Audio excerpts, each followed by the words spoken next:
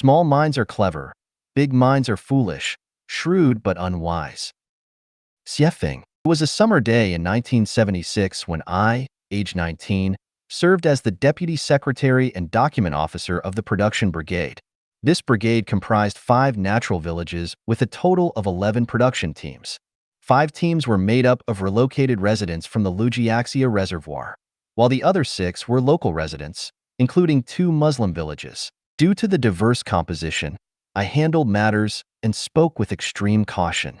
I never dared to offend any production team. The best way to maintain smooth production operations, I learned, was to be fair and humble, respecting all the elderly. My father taught me, wherever you go, as long as you respect and show politeness to the elderly, you will not have major troubles. Therefore, I always held respect for all the elders in the brigade close to my heart and translated it into my actions. Strangely enough, just this tactic of respecting the elders allowed me to serve as the local emperor for 3 years peacefully and smoothly. Among all the elders in the brigade, there was one who left an indelible memory with me. He was a landlord. His family's courtyard walls were the highest and thickest, and their gate tower was the most magnificent.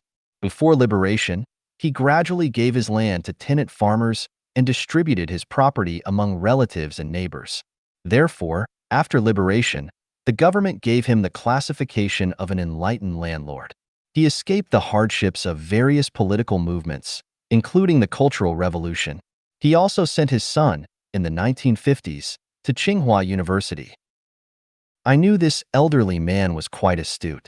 Whenever I met him, I was always respectful. He seemed to have some fondness for me, a son of a poor farmer. Between us, there seemed to be no class hatred, and certainly, there was no ethnic resentment. That day, in my leadership capacity, I went to the greening station for an inspection, wanting to assess the survival rate and growth status of the fruit trees planted there. Coincidentally, this elderly man was there too, and we started chatting. First, I praised the young people in their village for being smart. During our middle and high school years, several young people from their village dropped out to earn money and support their families.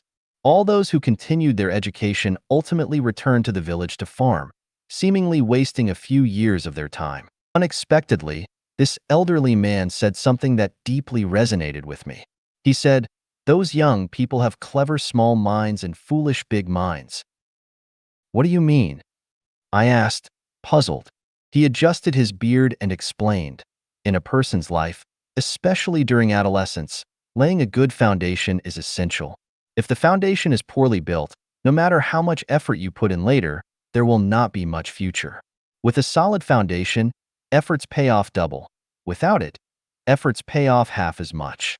Those with clever small minds are always lazy in laying foundations, eager for fame and profit, while those with clever big minds prioritize laying a solid foundation, even if it means temporarily giving up fame and profit. The result is that those eager for fame and profit end up with nothing, while those who temporarily gave up fame and profit for the foundation eventually achieve fame and profit. Those young people in our village who didn't go to school but went to earn money may seem to have gained a lot, but they've ruined their lives. So, I say they have clever small minds and foolish big minds. Small minds being clever and big minds being foolish has been a guiding light for me since then. If one seeks mere survival, having a clever small mind is sufficient. But to attain wisdom and expand the meaning of life, the smarter one's small mind, the more they cause trouble and harm. One must abandon small cleverness and strive to develop a clever big mind. Although both small cleverness and big cleverness are forms of intelligence, they operate in vastly different dimensions of time and space. One is concerned with pursuing immediate gains in the present moment, while the other looks to the future, seeking long-term gains. Ordinary people are clever with small minds, but foolish with big minds. Only those accomplished saints and sages possess a foolish, small mind and a clever big mind. The clever small mind focuses on the present, while the clever big mind plans for the future.